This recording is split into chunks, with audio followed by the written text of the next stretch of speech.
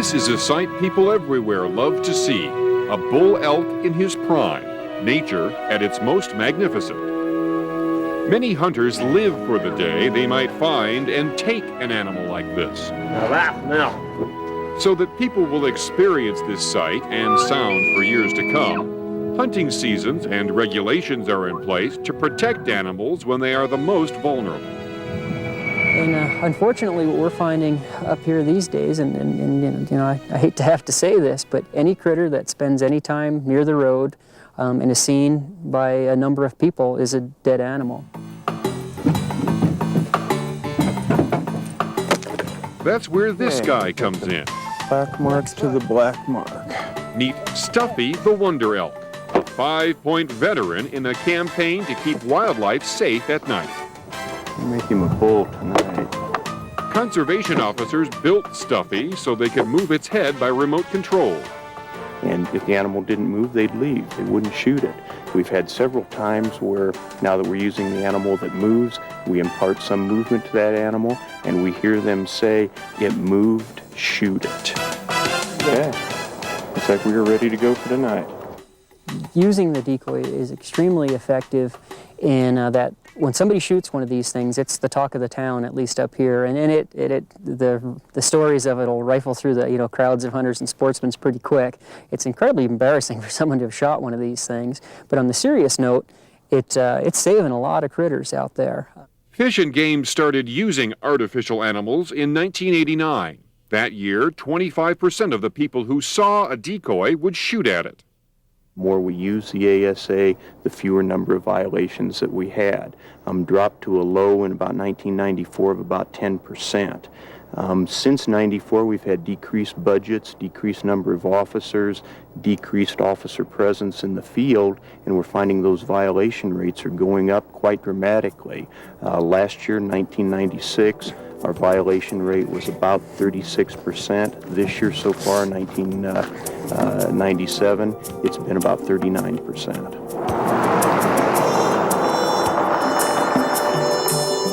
You smell it? You smell it? Elk. Elk.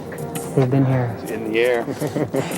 Once the sun sets and hunting is over for the day, officers move in to set up Stuffy the 5-point bull. The season is closed to hunting bull elk in this unit. People have also reported spotlighting and gunshots in this area at night. We're ready. We set it up in areas where we've had problems in the past, and we've probably got a higher percentage of poachers using those areas. Well, it should be set. Again, your average hunter wouldn't even think of taking a loaded gun out at night, when his headlights or a spotlight is on a critter. It's just, and the hunters up here just find it totally unacceptable that someone's out there with a light, with a loaded weapon at night. It's dangerous, and it's also taking a serious hit on the wildlife up here. We're ready. The conservation officers retreat into the forest and wait nervously for what comes next. Anyone will tell you right after that gun goes off, you're not a little spooked, contacting these folks. They'd be lying to if they said they're not a little spooked, because again, we're taking people with felony warrants. They're under the influence of drugs at times. They're intoxicated on something, more times than not. And so we never know who we're dealing with. It's in the dark, and it could be anybody. 319, 315, got one coming in, stand by. They just hit the brakes, looks like they see it. Okay, they just blew on by, looks like they may be going around and turn around. Going down the road and turn around, stand by. Okay, passenger just shot, come out and get him.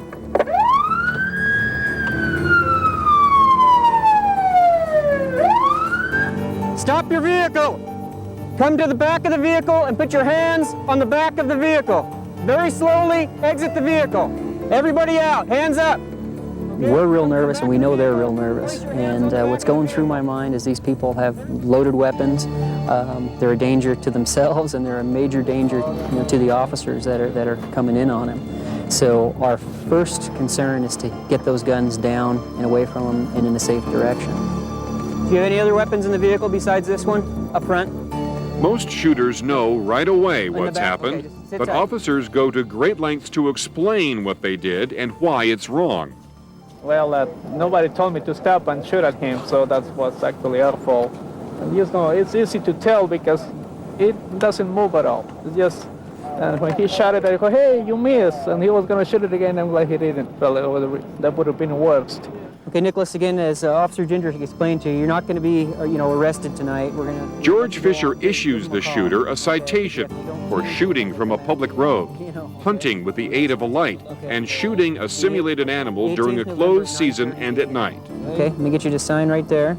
These guys aren't a bunch of, evil, horrible folks. They're just average guys taking advantage of some vulnerable wildlife, and that's probably how we lose the majority of our, poached wildlife in the state of Idaho, is just people taking advantage of a vulnerable critter, and, as you can see, this is highly illegal what they did. And... Yeah, we've been coming every weekend since they opened, and until now we haven't caught anything yet.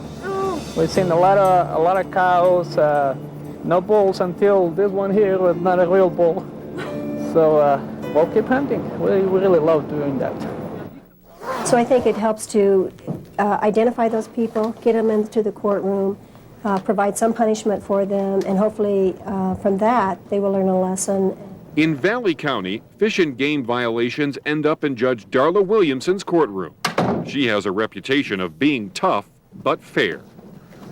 I think the ASA program allows Fish and Game an opportunity to locate and identify those individuals who would poach.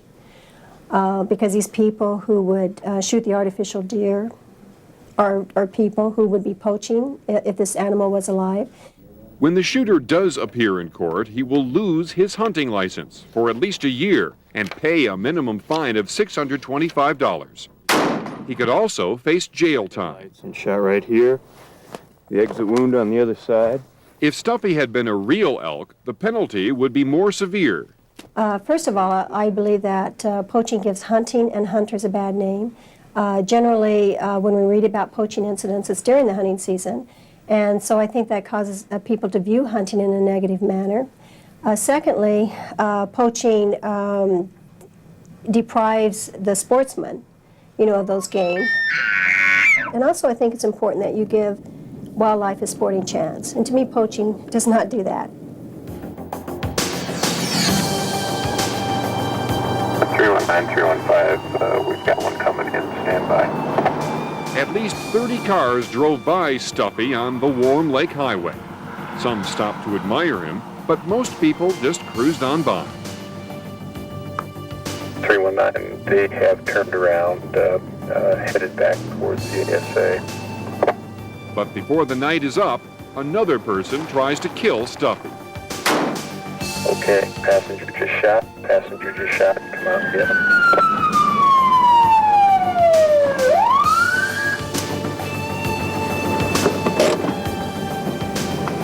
Put your hands up. You come to the back of the vehicle. Put your hands on the back of the vehicle.